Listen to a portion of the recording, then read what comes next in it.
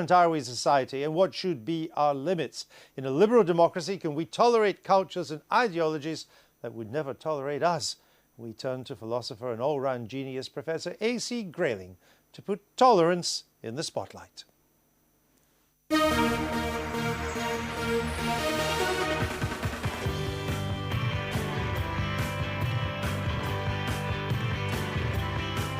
In a free and open society, it matters tremendously that we should be tolerant of one another. Now, we all think that we're tolerant. In fact, it's really because we don't mind. And sometimes when we do mind, we discover that it's quite hard work tolerating other people. But tolerating them, if we don't like the way they dress or what they think or what they say, is very important. Otherwise, we wouldn't be able to get along with one another and live peacefully with one another. The one thing we can't tolerate, however, is when people do and say things that cause harm to others. That's the limit.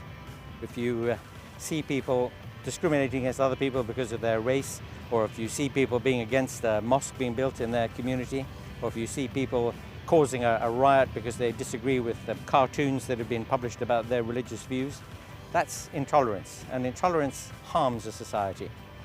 It seems paradoxical, but the fact is that intolerance can't be tolerated.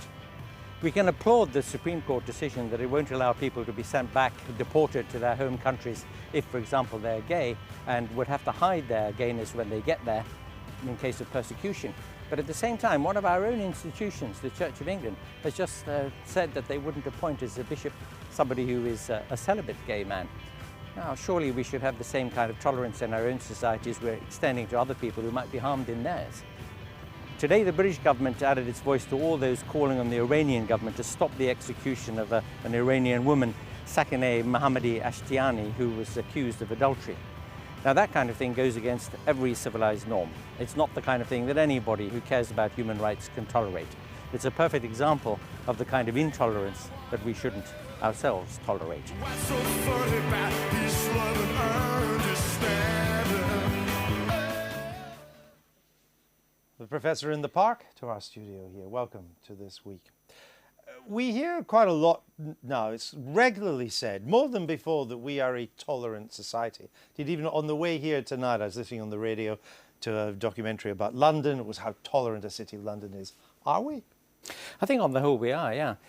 It's because we've learned not to mind lots of things. I mean, the point that I was making earlier there is that we think of ourselves as very tolerant. Generally speaking, it's because we've got used to things, or, you know, public opinion has shifted.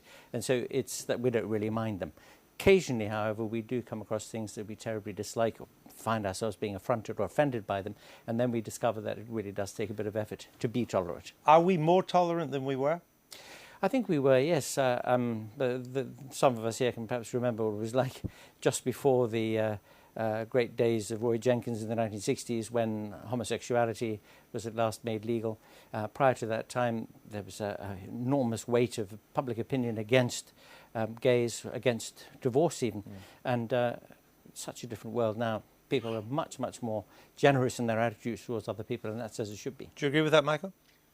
I do, although some currents can also move in the other direction, I think. I mean, for instance, I think there's now more intolerance of people called benefit cheats, for example. There's probably more intolerance of obesity. So I think in general, clearly the thing has moved in the direction of tolerance.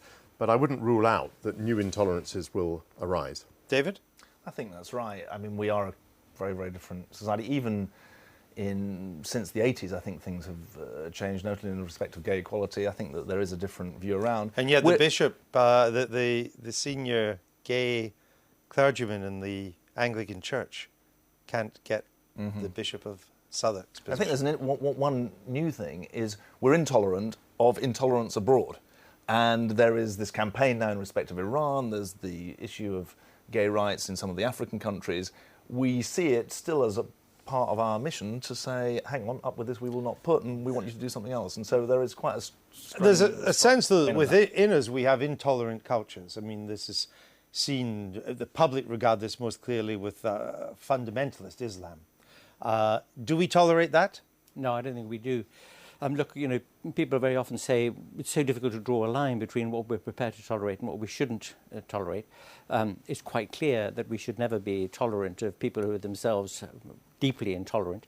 We're faced with this problem now because the world is so globalized, so we've become so much more familiar with other cultures, the kinds of things they do, think and say there.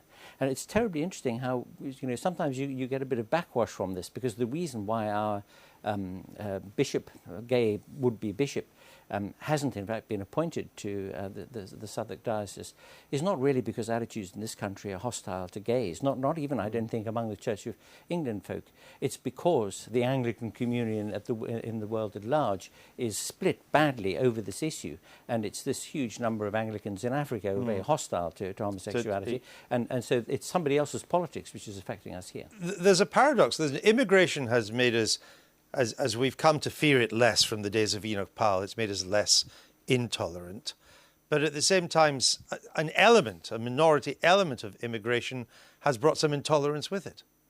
Yes, and I think that does raise some big issues. I mean, for example, if by and large we believe in faith schools, we're tolerant of different people teaching their faiths within or on the fringes of the state system, are we tolerant of education within those schools which teaches intolerance? No, we're not. No, well, there should be a national standard, shouldn't there? Of course, and it's very, very important that we say it's right that there should be Muslim schools or Jewish schools as well as Christian schools, but they're producing British citizens, not just Jewish or Christian or Muslim citizens. Is there any sign, any dangers that this more tolerant society, that there will be a backlash against it? The BNP didn't do well in the last election, but are there dangers that intolerance could return? Well, it depends somewhat on circumstances. I mean, if there was some major incident or another terrorist attack and that was associated with a certain community, you get an upsurge, of course, in hostile feelings towards that community. But the overall trend for the last half century, it seems to me, largely, I think, because of education of people's attitudes about a wide range of matters, has been towards a much more inclusive, much more generous-minded kind of society, and that can only be for the good in the end. It's interesting. Professor, I'm sorry, Michael, we've run out of time because we've got Professor, thank you for being with us. We have a very important final shot to show you. Let's go now. A shock has taken place.